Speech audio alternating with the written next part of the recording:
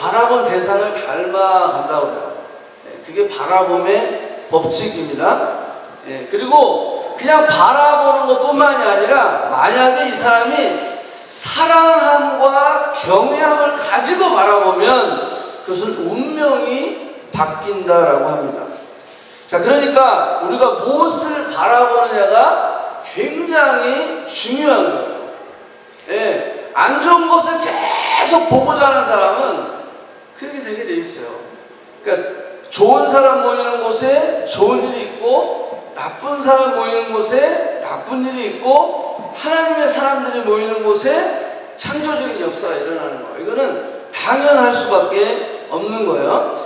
자, 하나님과의 친밀함은 사랑을 기초로 경외함을 출발점으로 합니다.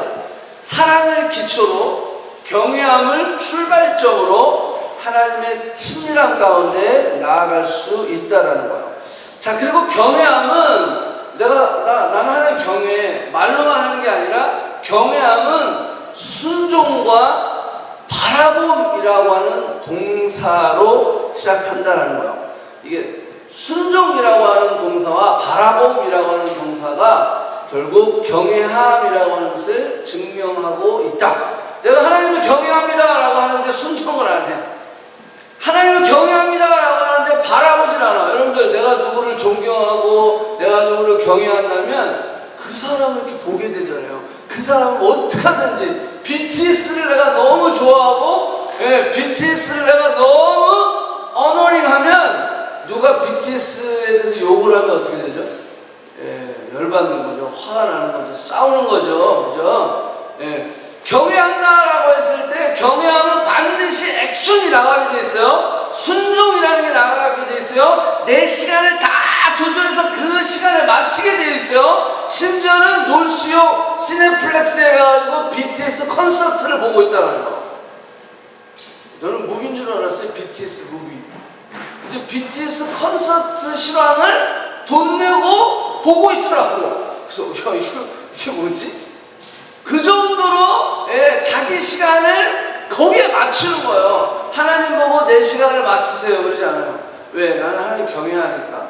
사랑하면 그렇게 얘기할 수 있어요. 하나님 나 사랑한다면서요. 나한테 좀 맞춰주세요. 사랑하면 얼마든지 우리는 하나님 사랑해요. but 세상도 사랑해요 라고 이야기할 수 있어요. 근데 경외하면 그게 안 된단 말이에요. 절대 그게 될 수가 없어요. 내가 하나님 경외하는데 어떻게 내가 하나님 보고 나한테 맞추세요 라고 이야기할 수 있어요? 못하죠. 내가 그분을 경외하는데, 내가 그분을 진짜 존경하는데, 내가 그분을 진짜 어너링하는데 그게 어떻게 가능해요? 할 수 없다라고 하는 거예요. 그러니까 반드시 우리는 사랑함과 경외함이 같이 우리 신앙생활에 동시에 그것을 가지고 있어야 된다라고 하는 거예요. 자, 지금 좀 아까 우리가 마태복음 6장의 말씀을 읽었어요. 자, 눈은 몸의 등불이니 그러므로 내 눈이 성하면 온 몸이 밝을 것이요. 그죠? 이건. 그 다음에 내 눈이 나쁘면 온 몸이 어두울 것이니 그러므로 내게 있는 빛이 어두우면 그 어둠이 얼마나 더하겠느냐, 이게 설명하고 있어요. 자, 여러분들, 이 눈이라고 하는 것은 우리 몸에 어디로 가야 할지 방향을, 디렉션을 분명히 클리어하게 해주는 등불입니다. 여기서 등불은 육체뿐만이 아니라 마음의 눈, 영의 눈을 다 포함하고 있어요. 우리 육체적인 눈도 마찬가지죠. 이게 어두우면 제대로 이 방향을 설정하고 가기가 어려운 거예요. 그러니까 안경을 맞추죠. 그죠? 저도 밤에 운전할 때는 항상 안경을 껴요. 이게 난시가 있어가지고 막 두 개로 보이거든요. 그래서 안경을 꼭 끼고 운전을 해요. 또 안경을 어쩔 때 놔두고 와가지고 그 안경이 없을 때는 제가 제대로 된 속력을 낼 수가 없어요. 심지어는 안전 경제 속도도 못 내요. 왜? 혹시 부딪힐까봐. 그러니까 이게 안경이라는 것은 우리의 몸에 분명한 가야 할 방향성과 디렉션을 주게 된다는 거예요. 분명한 인포메이션, 그것을 주게 된다라고 하는 거예요. 마음도 마찬가지죠. 마음의 눈이 어두워지면 어떻게 되죠? 누가 뭐라 그래도 믿지 않아요. 마음이 닫혔으니까. 내가 마음의 눈이 딱 닫아버렸어. 깜깜해. 눈을 감아버렸어. 그러니까 무슨 얘기를 해도 그걸 믿지 않는 거죠. 무슨 얘기를 해도 내가 그 사람의 용서를 받아주지 않는 거예요. 이미 닫혀버렸어. 내 마음의 문. 그죠? 안 되는 거예요. 그게 열리기 전까지. 영적인 눈도 마찬가지예요. 영적인 눈도 닫혀버리면은 하나님이 지금 무슨 뜻을 가지고 계시고 하나님이 무엇이라고 말씀하시고 하나님이 지금 나를 어떻게 인도하시는지 나와 함께 하시는지 함께 하시지 않는지 구별할 수가 없다. 그래서 이 눈이라는 것은 그만큼 중요한데 예배소서 1장에 보니까 자, 이런 말이 나와 있어요. 우리 예수 그리스도의 하나님 영광의 아버지께서 지혜와 계시의 영을 너에게 주사 하나님을 알게 하시고 너의 마음의 눈을 밝히사. 우리의 마음의 눈을 밝혀주시지 않으면 하나님의 영이 우리에게 임하셔서 계시와 지혜와 계시의 영을 너에게 주사 하나님을 알게 하시고 너의 마음의 눈을 밝히사. 그의 부르심의 소망이 무엇인지 성도 안에 그 기업의 영광의 풍성함이 무엇인지. 자, 이걸 모르면 어떨까요? 신앙생활 할 수 없죠. 재미없죠. 지겹죠. 내가 요 정도 투자했는데 이 정도면 됐지. 요 정도쯤 뭐 그냥 적당하게 더 이상 절대 인볼브하지 않겠죠. 성장을 멈추겠죠. 성숙은 당연히 안 하겠죠. 마음의 눈이 닫혀서 그의 부르심의 소망이 무엇인지 소망을 몰라. 하나님이 왜 나를 부르셨지? 왜 나를 여기 있게 하셨지? 왜 내가 크리스찬 패밀리에서 태어나서 내가 모태신앙이 됐지? 부르심의 소망을 절대 알 수 없다라는 거예요. 가치를 발견할 수 없다라는 거예요. 가치를 발견하지 못하니까 어떻게 되겠어요? 버리는 거죠. 가치를 모르면 버리는 거예요. 우리 애들이 가치를 모르니까 엄마 다이아반지 가지고 애들이 소꿉장난을 하죠. 그러면서 잊어버리기도 하는 거예요. 가치를 모르니까 이게 얼마나 비싼 건지 얼마나 중요한 건지 모르니까. 그죠? 어떤 선교사님이 아프리카 선교지에 갔는데 본인에게서 평생 재산 목록 1호가 외장하드가 거기에 자기의 평생 기록이 다 있는 거야. 근데 그거를 애들이 갖다 놓고 막 손꼽장난하고 거기다가 막 야채를 썰고 막 이러고 있더래. 밖에 나갔다 오니까. 그러니까 거기 네모나니까 좋잖아. 판때기고 막 반짝반짝 빛난 거. 거기다 놓고 장난을 치고 있더래요. 막 그냥 깜짝 놀라가지고 그냥 애를 야단을 쳤다는데. 여러분들 가치를 모르니까 그 도마로 쓰고 있는 거예요. 도마. 여러분 부르심의 가치를 모르니까 그 영광의 기업의 풍성함이 무엇인지를 모르니까 왜? 마음의 눈이 어두워져서 그렇다는 거예요. 마음의 눈이 어두워져서. 자, 바라보음이라고 하는 거. 그럼 내가 무엇을 바라봐야 되느냐? 이 바라보는 게 눈이 그만큼 중요한데 육의 영의 눈, 마음의 눈 너무 중요한데 자, 이 바라봄 때문에 우리 인생은 바뀌고 우리의 운명은 바뀔 수 있다는 거예요. 우리가 하나님을 바라볼 때 부르심, 즉 사명을 알게 된다는 거예요. 그 사명의 소망이 무엇인지를 알게 된다는 거예요. 부르심의 상의 풍성함이 무엇인지 볼 수 있게 된다는 거예요. 순종과 바라봄의 행동을 통해 결국은 그 길을 가게 된다. 왜? 가치를 발견하니까 부르심의 풍성함을 보게 된 거니까 기업의 영광의 풍성함을 눈을 뜨게 해주셔가지고 보게 됐으니까 누가 가지 말라 그래도 그건 가는 거예요. 제가 지난번에 그랬죠. 천국은 마치 농사를 짓다가 보물을 발견했어. 보물을 발견해서 그걸 덮어두고 자기의 재산을 다 모아가지고 그 밭을 산 거야. 자, 그게 수고입니까? 수고가 아니라고 그랬잖아요. 그건 수고가 아니라 기쁨으로 투자. 더 큰 그러한 풍성함을 향한 그 사람의 어떤 기쁨으로 한 일이지 결국 그게 수고가 아니다라는 거예요. 자, 왜냐하면 기업의 영광의 풍성함을 보고 부르심의 소망을 보게 되면 결코 우리가 순종과 바라봄의 행동을 통해 그 길을 가게 되는 것은 결코 어려운 일은 아니다라는 거예요. 자, 요한일서 1장에 보면 자, 하나님은 빛이시다. 빛이에요. 그 얘기는 어둠이 조금도 없으시다는 것입니다. 만일 우리가 하나님과 사귐이 있다고 어둠에 행하면 거짓말을 하고 진리를 행하지 아니하거니와 그가 빛 가운데 계신 것 같이 우리도 빛 가운데 행하면 우리가 서로 사귐이 있고 그랬어요. 우리가 친밀함이라고 하는 힐링 캠프의 주제를 가지고 우리가 이번에 공부를 했어요. 자, 그 친밀함, 사귐, 하나님과의 사귐, 그 사귐은 결국 우리가 영의 눈을 떠야 그것이 가능하다. 영의 눈을 뜨고 가치를 발견하고 부르심의 소망을 발견하고 그 다음에 그 기업의 영광의 풍성함이 뭔지를 발견한 사람, 그 사람은 정말 하나님의 친밀한 가운데 나아갈 수 있다는 거예요. 그죠? 자, 이게 발견이 돼야 돼요. 자, 그래서 늘 우리가 하나님을 바라볼 수 있는 시각이 우리에게 있어야 돼요. 어떤 상황 가운데서도 하나님을 바라볼 수 있는 시각. 우리 한수 아까 기도할 때 얘기했지만 다윗이 늘 하나님을 보는 시각이 그에게 있었다는 거야. 복 있는 사람이 뭐냐? 악인의 길을 쫓지 아니하고 죄인의 길에 서지 아니하고 오만한 자의 자리에 앉지 아니하고 오직 여호와의 율법을 즐거워하여 그 율법을 주야로 묵상하는 자로다. 저는 시냇가에 심은 나무가 신을 쫓아 과실을 맺으며 그 잎사귀가 마르지 아니하는 것 같으니 그 행사가 다 형통함이로다. 시편 1편에서 다윗은 그걸 먼저 이야기하고 있다는 거예요. 복 있는 사람이 뭐냐? 여호와의 율법을 즐거워하여 그 율법을 주야로 묵상하는 사람, 주님을 바라보는 사람, 주님께 시선이 고정된 사람, 그 사람이 복 있는 사람이다. 그 사람이 하나님과 사귐이 있는 사람이다. 그 사람이 하나님과의 친밀함 가운데 나아갈 수 있는 사람이다.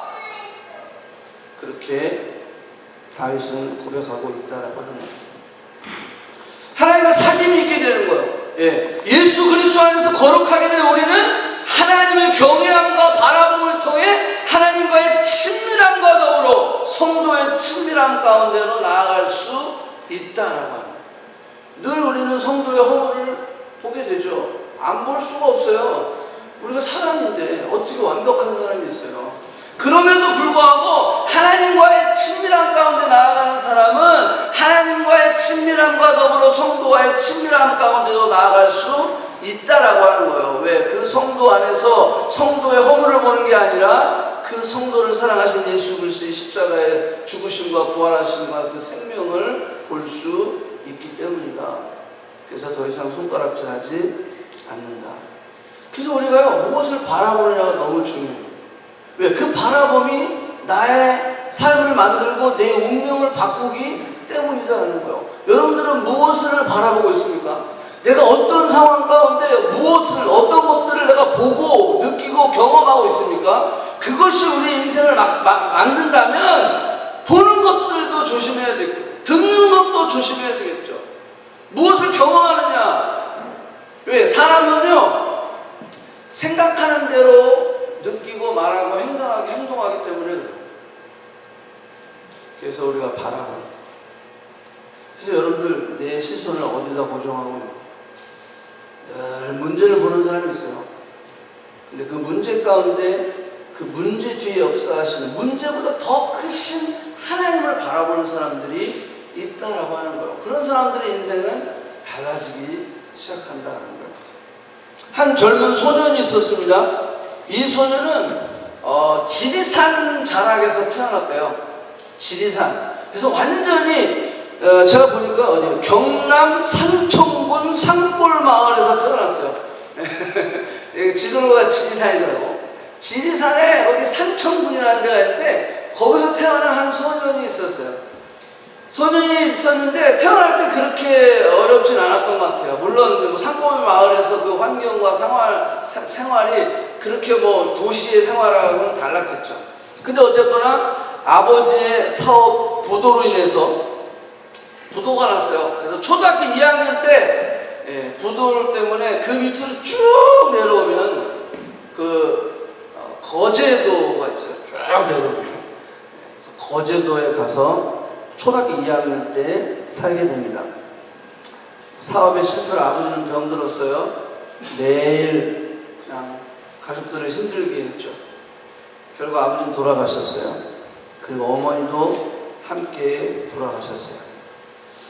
결국 초등학교 때 이 소녀는 친척집을 왔다 갔다 하면서 이쪽 친척집에 갔다가 저쪽 친척집에 갔다가 결국 친척들도 이 소년을 버립니다. 그래서 고아원을 전전긍긍합니다. 이쪽 고아원 갔다가 저쪽 고아원 갔다가 꿈을 꿀 수 있을 상황이 절대 아니죠. 꿈꾸는 것 자체도 거의 그러니까 그 삶 자체가 소망이라고는 전혀 없는 그런 상태였어요. 평생 섬에 갇혀 살아야 할 수밖에 없었던 그런 운명, 그 운명을 이 소녀는 맞이하게 되었습니다. 이 절망의 순간에 친구를 따라 어디로 가냐면 거제도에 있는 교회를 가요. 교회를 가는데 교회 딱 간판에 주 예수를 믿으라 그리하면 너 안의 집이 구원을 얻으리라 이렇게 써있더래요. 그래서 그때 주씨 아저씨를 만나요. 주 예수를 그래서 예수가 주신 줄 알았대요.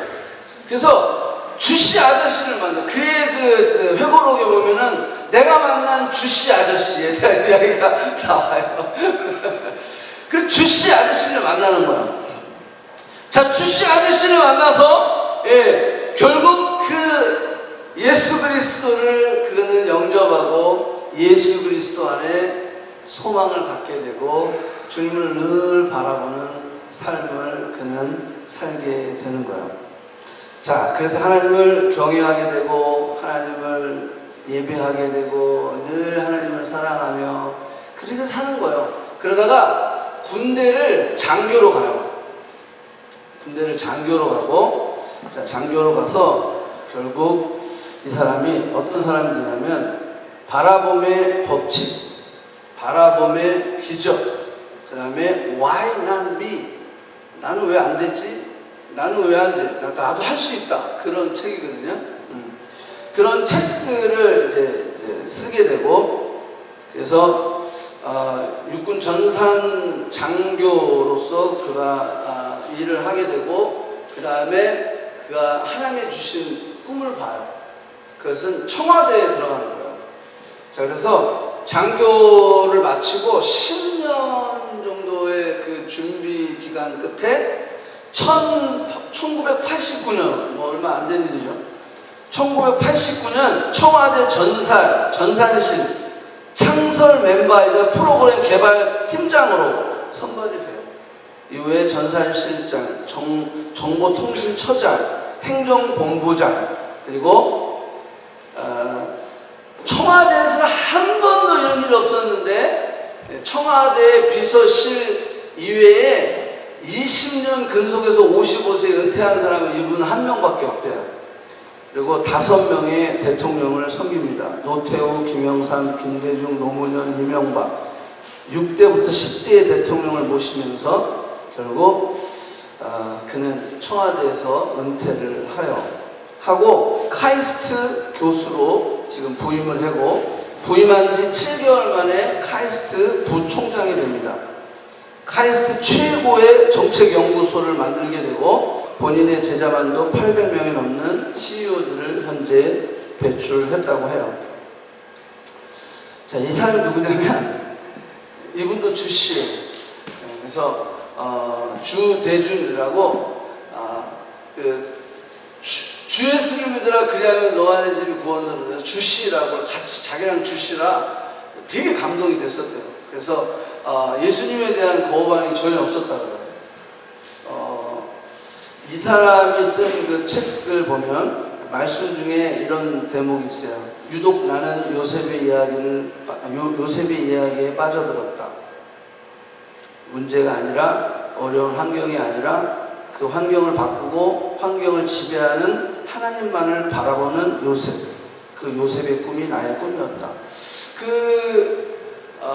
이분이 여러분들 부모가 다 돌아가시고 초등학교 때 친척 집으로 고아원으로 전전긍긍하며 그 섬에서 진짜 가족도 없이, 물론 친척은 있었겠죠. 그러면서 주님을 만나고 그가 그 자리가 성공했다라고 저는 이야기하고 싶진 않아요. 다 다르니까 사람마다.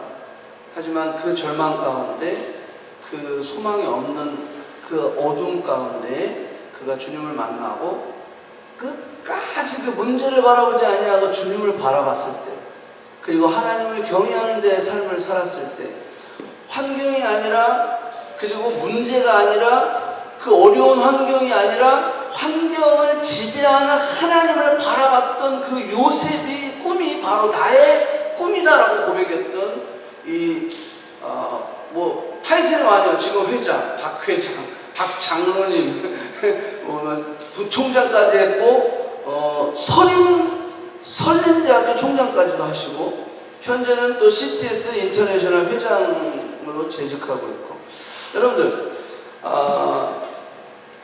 저런 자리에 올라갑시다라고 제가 이야기하는 게 아니라, 우리가 어떤 상황 가운데서도 하나님을 바라보고, 주님을 바라보고, 하나님의 그 부르심, 하나님 나를 통해 일하실 그 놀라운 하나님 크기의 일들을 그가 바라보며 현실에 포기하지 아니하고, 현실에 안주하지 아니하고, 좌절하지 아니하고, 누구를 탓하지 아니하고, 그가 믿음으로 순종하며 그 바라봄의 그 어떤 삶을 살았을 때, 그는 하나님이 저렇게 자신을 높이셨다라고 하는 고백을 할 수 있었다라고 합니다. 아까 마태복음 6장 23절 말씀 다시 한번 보면요.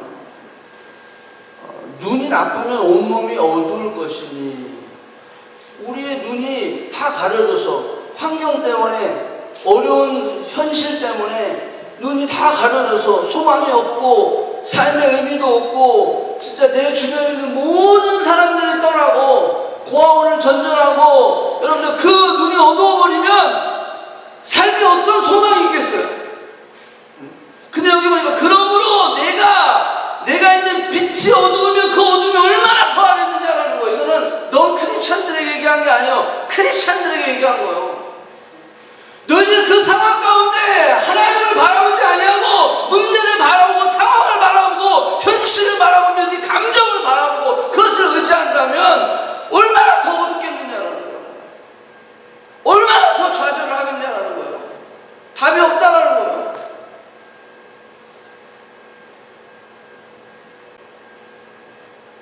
그래서 우리는 하나님을 더 알아가요. 그래서 호세아 선지자가 이야기했던 것처럼 여호와를 힘써 알아야 돼요. 그걸 모르면, 알지 못하면 얼마나 우리의 삶이 어둡겠어요. 이 주대준, 이 소년이 하나님을 알았고, 그 어둠 속에 있지 않고 어둠과 절망 속에서 하나님을 바라보고 예수 그리스도 안에서 소망을 갖고 그 꿈을 꾸었을 때 그는 포기하지 아니하고 지금의 자리에 있게 되었다라고 합니다. 저는 저와 여러분에게 이런 도전을 좀 드리고 싶어요. 여러분, 바라봄과 경외함을 실패한 사람들이 오늘 제가 2명만 좀 소개를 하려고 해요. 사울이요, 사울은 하나님의 경외함과 바라봄을 실패한 왕이에요. 3절에 보니까 뭐라 그랬어요?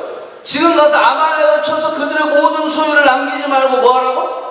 진멸하되 하나도 남기지 말라는 거예요. 그래서 여호와의 거룩을 드러내라라는 거예요. 하나님의 거룩하심을 드러내라. 진멸해버리라는 거예요. 여러분들 구약에 보면 진멸이 많이 나와요. 완전히 남녀노소 할 것 없이 가축까지 다 죽여버리는 거예요. 하나님의 거룩을 드러내고 절대 그들의 죄악을 하나님 가까이 가져오지 않게 하기 위해서 진멸하시는 것들을 볼 수가 있어요. 자, 근데 문제는 사울이 이렇게 하는 거예요. 자, 거기 9절 한번 볼게요. 사울과 백성이 아각은 거기 아말렉 왕입니다. 왕을 살려요. 그리고 그의 양과 소의 가장 좋은 것 또는 기름진 것과 어린 양과 모든 좋은 것을 남기고 뭐하기를 즐겨하지 않는다고요? 진멸하기를 즐겨 아니하고 같이 얻고 합치는 것만 뭐 했다고요? 진멸하니라. 하나님은 뭐라고 명령하셨어요? 진멸하라고 했어요. 하나도 남김없이 다 버려라 라고 얘기했어요. 그런데 사울은 진멸하기를 즐겨 아니하고, 사울은 하나님의 명령을 거부하고 완전히 정반대로 아말렉을 싸우지도 아니하고 난 안 싸울래요 그러지 않았어요. 싸우겠습니다, 가겠습니다, 내가 진멸하겠습니다. 자, 그렇게 했어요. 그렇게 했거든요. 왜냐하면 8절 보세요.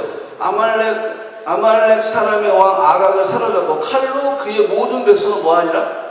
진멸하였으되. 그러니까 정면으로 거부하지 않았어요. 우리도 그래요. 신앙생활 하다 보면 정면으로 거부하지 않아요. 늘 타협을 하세요. 자, 여기가 문제예요. 타협이 결국 사단의 그 빌미를 쥐어주게 되는 거예요. 요것쯤은 어떻겠습니까?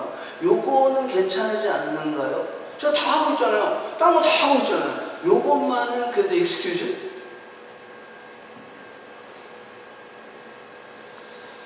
하지만 사울은 명령을 듣고 바로의 군대를 공격을 했어요. 그렇지만 그가 아각과 아주 좋은 것만 남겼다라고 성경은 기록하고 있어요. 자, 여러분들 남긴 이유가 뭘까요? 이 아각을 남긴 이유는요, 그때 당시에는 그 승리한 왕이 패배한 그 왕을 포로로 잡아와서 자기 궁에 종으로 쓰는 거예요. 얼마나 치욕적이고 모멸스러운 그런 행동이에요. 그러면서 자신의 그러한 그 영웅심 그리고 자신의 어떤 그런 힘을 과시하는, 가장 좋은 것을 남긴 이유가 사울은 불순종이 아니라 하나님이 기뻐하신 일이라고 생각을 했다는 거예요. 제가 지난주에 얘기했죠. 하나님의 방법대로 우리는 하나님을 경외하고 예배해야 된다. 사울은 철저하게 자신의 방법이 하나님의 방법이냐 생각하고 있는 모습을 우리는 볼 수가 있는 거죠. 자, 백성들이 보기에는 사무엘이 진멸하라라고 이야기한 것을 못 들은 백성들이 볼 때는 우리의 왕은 참 현명한 왕이다. 아주 하나님께 저 좋은 것을 드리기 위해서 저걸 잡아왔으니까 아주 경건한 왕이고 하나님을 잘 경외하는 왕이다 라고 백성들은 사울을 봤겠죠. 왜? 사무엘의 이야기를 백성은 몰랐으니까. 그죠? 자, 그래서 15절에 보면 이렇게 나와 있어요. 사울이 이르되 그것은 무리가 아말렉에서 끌어온 것인데 백성이 당신의 하나님 여호와께 제사하려고 하여 양들과 소들 중에 가장 좋은 것을 남기며, 자신의 행동을 자신의 결정을 합리화하면서 하나님은 분명히 진멸하라고 했지만 본인은 진멸하기를 즐겨하지 아니하고 왕을 살리고 좋은 것들을 진멸하지 않고 살림으로 말미암아 사울이 변명하는 말을 한번 보시면 하나님께 제사하려고 내가 그랬더라는 거예요. 자, 이 안에는 누구 중심의 해석이 있는 거죠? 나 중심의 해석이 있는 거예요. 여러분, 이게 겉으로 볼 때는 우리 왕 최고 그렇지만 하나님 보실 때는 너는 이미 네 마음의 그 중심에 하나님이 떠났다. 너는 네 중심에 네가 있지 내가 없어. 왜? 그 해석을 자기 마음대로 하고 있으니까. 하나님을 향한 경외함과 하나님을 향한 바라봄을 실패했던 이 사울의 모습을 볼 수가 있어요. 자기 마음을 주관적으로 해석했던 사람이 또 있어요. 아담과 하와 역시 하나님의 말씀을 자기 주관적으로 해석했을 때 에덴의 축복을 잃어버리고 저주를 받았던, 그리고 에덴에서 쫓겨났던 것이다. 가인도 마찬가지예요. 가인도 동생 아벨을 죽인 이유도 자기의 주관적인 해석이 결국 하나님을 알지 못했을 때 우리는 하나님의 경외함이 점점 없어지기 시작해요. 하나님을 제대로 모르니까 경외함은 없어지기 시작하죠. 자, 그렇게 되면 반드시 우리는 사단의 음성에 속게 되는 것이다 라고 합니다. 자, 롯이 이제 창세기 12장에 아브라함과 함께 본토 친척 아비집을 떠나서 누구 때문에 복을 받았어요? 아브라함 때문에 복을 받았어요. 아브라함 때문에 복을 받고 그 다음에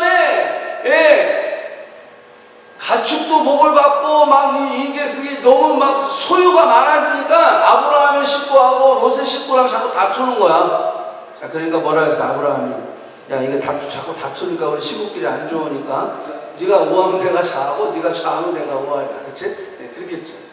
자, 근데 여기 보니까 24절 말씀 뭐라고 그랬어요? 자, 그거 보면 롯이 눈을 들어 바라본즉 소알까지 온 땅이 물이 넉넉하여 여호와께서 소돔과 고모라를 멸하시기 전이었으므로 여호와의 동산 같고 애굽 땅과 같았더라. 착각이죠.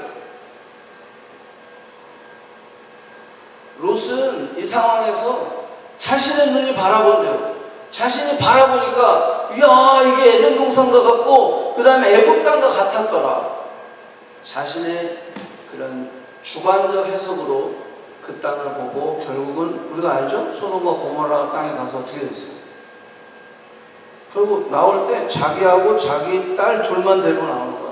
완전히 알미지가 돼가지고 빈통터리로 나오게 되는 거예요. 자, 이거는 바라봄의 법칙을 실패한 사람. 하나님을 경외. 만약에 하나님을 경외였다면 롯이 어떻게 나왔어야 될까요? 삼촌 때문에 내가 이렇게 축복받았어요. 삼촌이 먼저 선택하세요. 삼촌이 원하는 곳에 가세요. 이래야지 이 싸가지 없는 롯이 어떻게 됐어요? 자기가 먼저 선택을 하고 보기에 여기가 그러면 지가 고생을 좀 더 해야지. 왜 이 삼촌한테 더 고생하라고 당신은 뺑이 치세요 그러시고 광야로 내보내. 그죠? 하나님을 경외했다면 당연히 아브라함에 대해서 존중함이 있었겠죠. 하지만 그러지 않았어요. 그의 바라보는 늘 세상의 기준이었죠. 세상의 성공이었죠. 세상의 to have, 내가 얼마를 가지느냐에 초점이 있었어요. 나 중심이었었어요. 내가 잘나는 거에 초점이 있었죠. 결국 그 결과가 뭐죠? 그가 그것을 바라봤을 때 결국 그는 알그지로 나올 수밖에 없었다는 거예요. 자, 마지막으로 이 이야기하고 같이 기도했으면 좋겠는데요. 자, 요셉에 대한 이야기입니다. 요셉. 여러분들, 요셉은 아브라함의 증손자인데 우리가 이제 다 거두절미하고, 자, 요셉이 11번째 아들이었어요. 11번째 아들. 네, 하여간 아버지 야곱이 최고로 막 자색 옷을 입힐 정도로 엄청나게 사실 편애를 받았어요. 네. 그러니까 탄생부터 요셉은 아주 축복받으면서 아주 그냥 넉넉하게 풍성하게 다 안 먹어도 요셉은 먹였어요. 그 정도로 그렇게 태어났던 요셉. 좀 아까 그 박대준, 주대준 그분이랑 좀 다르죠. 자, 그랬는데, 자, 그럼으로 인해서 형들의 시기와 질투를 사게 됐죠. 더 큰 심각한 문제는 뭐였냐면 하나님이 요셉에게 준 꿈 때문에 그랬어요. 결국 그 꿈을 쉐어하고 결국 그 꿈 때문에 형들의 분노를 더 사게 되는 거예요. 결국 어떻게 돼요? 결국 하나님이 주신 꿈, 하나님이 주신 그 비전 때문에 이 요셉은 형들에 의해서 그 마른 구덩이에 빠지게 되고 결국 죽음의 위기로부터 건져서 결국 또 형들에 의해서 은 20냥의 미디안 상인에 의해서 애굽으로 팔려갑니다. 자, 여기 여러분들, 여기서부터의 우리의 삶은, 요셉의 삶은 절망이죠. 부모를 잃었어요. 가족을 잃었어요. 집을 잃었어요. 꿈을 잃었어요. 생명의 위협이 있어요. 언어도, 문화도, 종교도, 모든 환경도 다 잃어버렸어요. 이 상황에서 요셉은 어떻게 살을 수 있을까? 자, 그 키워드가 우리 어디서 볼 수 있냐면 창세기 39장에 나와 있어요. 그런즉 내가 어찌 이 큰 악을 행하여 누구에게? 하나님께 죄를 지으리이까. 자, 요 말은 지금 보디발 장군의 그 집에서 10년을 넘게 종사를 했어요. 10년을 넘게 종사를 하면서 얼마나 아픔이 있었겠어요. 왜? 요셉의 편이 있었겠어요? 없어요. 요셉의 편 하나도 없어요. 이방놈이죠. 그 다음에 언어도 다르죠. 색깔도 다르죠. 뭐 다 달라. 그리고 거기다가 유대인이죠. 그러니까 완전히 요셉은 아무도 자기 편이 없는 상황 가운데 요셉을 늘 사모하며 요셉과 함께 자기를 원했던 그 보디발 장군의 아내의 유혹이 있었던 거죠. 여러분들, 그 보디발 장군의 아내의 유혹인데 사실 유혹이 아니라 명령이었어요. 히브리 원어에 보면 그가 명령하여 이르되. 여러분, 종이 주인의 명령을 어기면 어떻게 되죠? 죽는 거예요. 그런데 요셉은 지금 저렇게 이야기하는 거예요. 내가 죽으면 죽으리이다. 내가 어찌 이 큰 악을 행하여 하나님께 죄를 지으리까? 그 말은 뭐냐면 나는 하나님만 경외한다라는 거예요. 나는 하나님만 사랑한다라는 거예요. 예? 그 한 분만으로 나는 오직 하나님만 바라보고 여기까지 왔다라고 하는 거예요. 내가 당신과 타협할 수 없다라는 거예요. 당신의 명령에 순종할 수 없다라는 거예요. 내가 죽으면 죽겠습니다라고 하는 거예요. 난 누구만 경외한다? 하나님만 경외하겠다라는 거예요. 여러분들, 하나님만 경외해가지고 그렇게 뿌리치고 도망갔던 요셉의 결론은 뭐죠? 경외함의 결론은 감옥이었어요. 그 감옥에 갔음에도 불구하고 그 요셉은 아무리 성경을 찾아봐도 그 요셉이 하나님을 원망하고 사람들을 원망하고 누구를 원망하고 누구를 시기하고 욕하고 분노하고 한 구절도 찾아볼 수 없다라고 합니다. 왜? 그는 하나님을 경외했기 때문에, 그리고 그의 삶 가운데 하나님만을 바라봤기 때문에. 그래서 그 감옥에 있음에도 불구하고 여러분들, 감옥에 있는 삶이 그게 여러분 내가 하나님을 경외했는데 결론은 뭐야? 감옥이야. 근데 그 감옥에서 여전히 하나님을 경외했던 이 요셉은 죄인들의 얼굴의 안색을 살필 정도로, 왜 오늘 이렇게 안색이 안 좋아? 여러분들, 내가 지금 감옥에 지금 경외하다가 잡혀갔는데 지금 내가 만사가 귀찮지. 내가 남을 왜 참견하겠어요? 그럼에도 불구하고 하나님을 경외하는 요셉은 그 죄수들의 그 모든 것들을 살피게 되는 거예요. 그러면서 뭐라고 얘기하죠?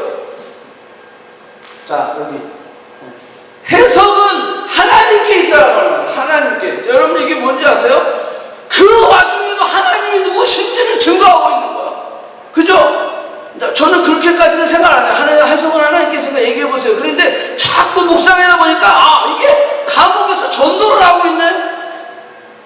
저 상황에서 지금 하나님이 누구신지, 네 꿈은 하나님이 주신 거고 그 꿈의 해석은 하나님께 있다라고 하는 하나님이 누구신지를 이 이방인에게 전도하고 있는 요셉의 모습을 보면서, 야, 이게 하나님을 경외한 요셉이에요. 하나님을 바라봤던 이 요셉.